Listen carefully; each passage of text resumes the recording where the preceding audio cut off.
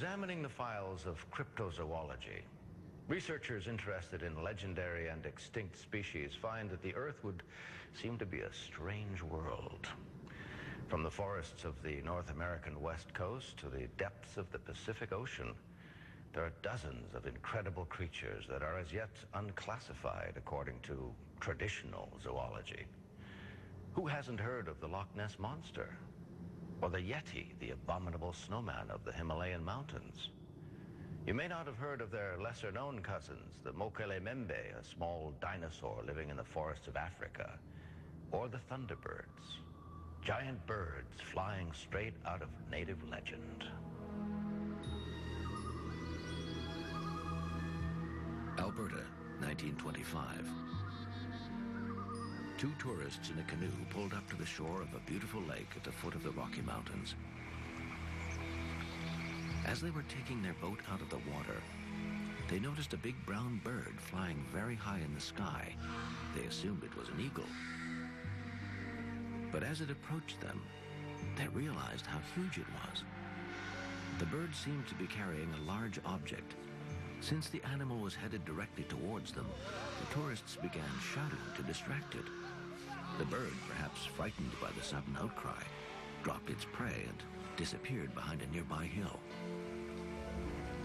The two men headed to the spot where the prey had fallen. To their surprise, it was neither a rabbit nor a squirrel. It was a large animal. They took the carcass to the park warden to have it weighed. It was 6 kilograms. It would be surprising enough to see a bird of prey carrying an object weighing 1 or 2 kilograms, but 6 kilograms, that would be highly improbable. What if it was an unusual species of bird, like the legendary thunderbirds spoken of in native tales? Thunderbirds are giant predatory birds with wingspans that are twice the size of what are recognized as large birds. The South American condor is the largest wingspan recognized, and these birds typically are twice that size. There have always been stories about the existence of giant birds. In North America, giant birds are part of many First Nation traditions. We can often see them depicted on totem poles and in native artwork. These giant birds are called by different names, depending on the native community. In pop culture, they are referred to as thunderbirds. The most famous name is Thunderbirds because in the Great Lakes area and in the Pacific Northwest, it's in the spring when the storms return to the northlands and to places like from Ontario to British Columbia. That's when the Thunderbirds return. They migrate north back into those areas where they nest, and that's where the Indians have pointed to locations saying that's where the Thunderbirds used to nest. According to First Nation tradition, thunderbirds disappeared shortly before white men arrived in North America. However, eyewitness accounts seem to indicate that some of these huge birds may have survived up until now. In September 1974, Daniel Caron, a resident of Louvicourt, Quebec, was heading home when he saw a huge bird drinking from a pool of water. Surprised at the size of the bird, which he guessed to be more than 1.2 meters tall, he ran to tell his sister about it.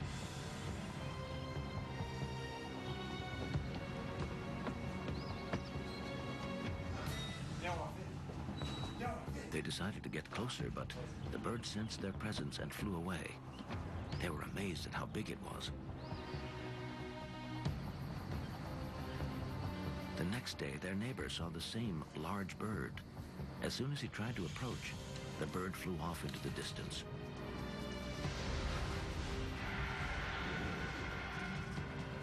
"24 hours later, Suzanne Caron saw it again in her backyard. She yelled out to her neighbor that the bird was back. Baby! Yeah! The young man rushed over with his .22 caliber rifle and shot at the bird without hitting it. At the sound of the gunshot, the bird flew off, flapping its wings slowly. It was never seen again. In 1977, in Illinois, there was a famous case of a young boy, 10-year-old boy named Marlon Lowe, who was picked up by a giant bird and carried for several hundred feet and then dropped. This was in front of his playmates as well as some adults who came on the scene. So there are witnesses to that incident, and it's become quite famous. To zoologists, thunderbirds are merely legendary animals. The sightings are attributed to inexperienced observers having seen a California condor, a bald eagle, or a vulture. But surprise and inexperience don't explain everything. Pilots have also been known to tell tales of these mysterious birds. Although there are no birds listed in today's wildlife that correspond to the description of the thunderbirds, this was not always the case. Thousands of years ago, North American skies were filled with huge birds called teratorns. The explanation for thunderbirds is likely to lie in the existence of teratorn vultures known from fossil remains. There's an abundance of them from the Pleistocene, found in places like the La Brea tar pits in California.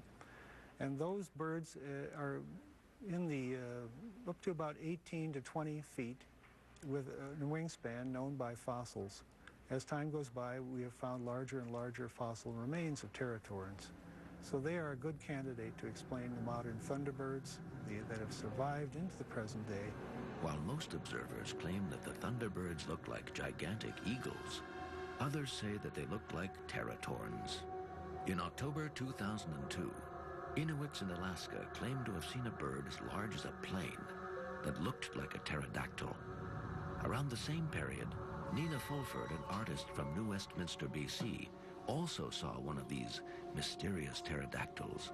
It was huge, very, very large, and it had enormous wings. So as it flew, it was a very slow motion type of flying.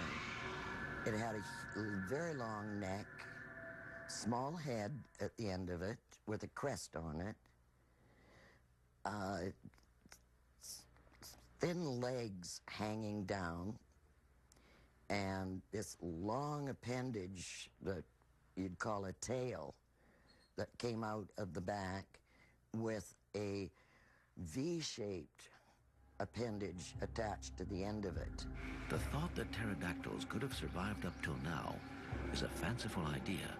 However, many observers swear that was exactly what they saw. Skeptics insist that only physical proof will end the debate. That's where the problem lies. Despite hundreds of eyewitness accounts collected to date, no convincing proof has ever been presented. As for photos and tapes of so-called thunderbirds, they are far from convincing. There's nothing to prove that they are not just a hoax. Who knows what these witnesses really saw? Whether they are flying, swimming, or crawling, these mythical creatures, real or imaginary, fascinate us since they seem to be from another era. They come from different cultures and legends.